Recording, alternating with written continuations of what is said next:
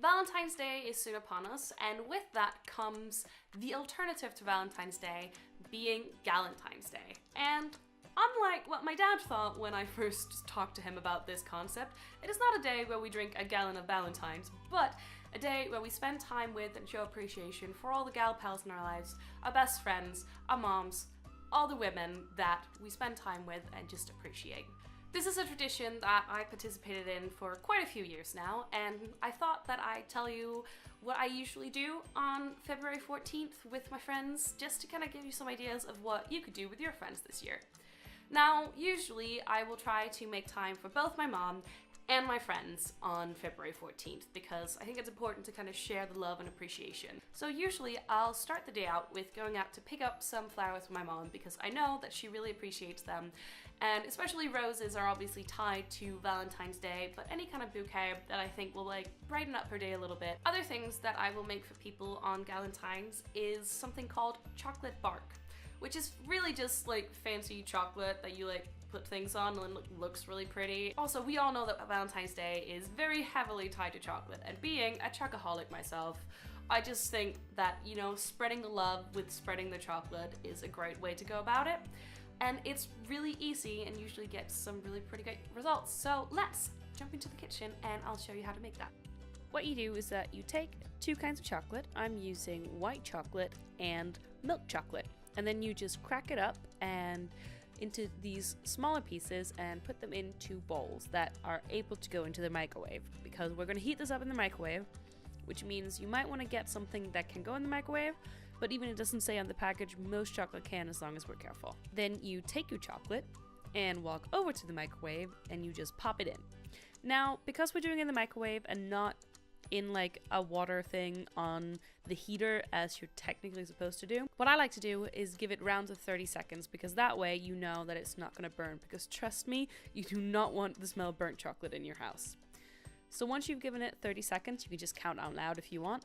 You just take it out, mash it about a bit with a spoon. Even though it's not really melted, it's important to keep it moving so the bottom layer doesn't, like I said, burn or heat up too much. And you just keep repeating this process.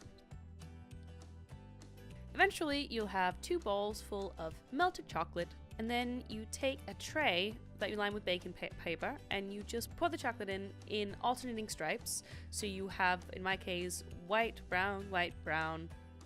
Once your chocolate is down, you take a butter knife and just start lightly scraping through the chocolate so it creates this marbling effect. Now, I ended up doing it a little too much. The marbling effect ended up being a little bit lost, so I'd probably recommend doing it less, but that's completely up to you. Then you take your toppings.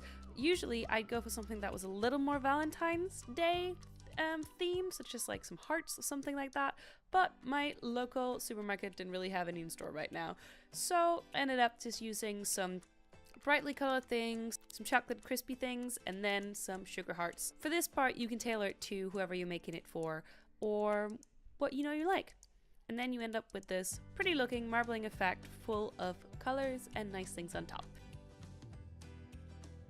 Then you just pop it in the fridge or the freezer depending on where you have space for your tray, and you leave it until it's hardened.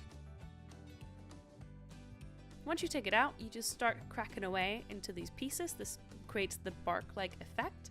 Now, because our chocolate has been melted, it melts easier, so be careful not to handle it too much, and also make sure that you store it in a cool place such as your fridge or your freezer afterwards.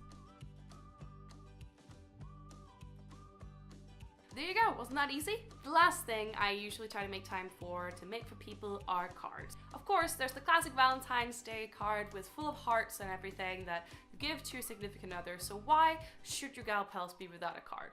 For me, I usually think it's a bit more fun to make them a bit more like personal and a little bit more friend-oriented, and it's just a good way to like write a little message saying, hey, you're cool, I appreciate you.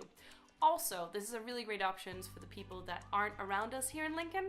Obviously, most of us will have people back home that we're missing because we went to university, so it's just a good way to like send out a little message saying, hey, I haven't forgotten you. Now, of course, Galentine's Day is not just about the gifts that you're going to give to people, it's also about spending time together. And how I usually do this is with two very simple things: food and films.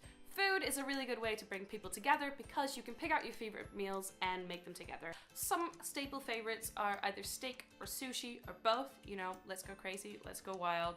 And you cannot forget more chocolate. For me, this usually comes in the form of chocolate fudge ice cream from Ben & Jerry's or fish food from Ben & Jerry's because those are my favorites and they're just chocolatey goodness. Once we're done preparing those meals, we'll pick out a film to watch together. The classic choice is, of course, a rom-com. A good selection could either be Valentine's Day, John Tucker Must Die, or Clueless, kind of depending on what mood you're in. Of course, the movie you choose doesn't have to be a rom-com. There was a Galentine's that I spent with my best friend watching Deadpool in the cinema because what we needed was just some comedy action fun. Now, Galentine's does have this reputation of being like the knockoff Valentine's Day for like single people, and it's a bit sad and everyone's like crying in their chocolate over the fact that they don't have boyfriends or whatever. And I don't believe that that is the way we should see it.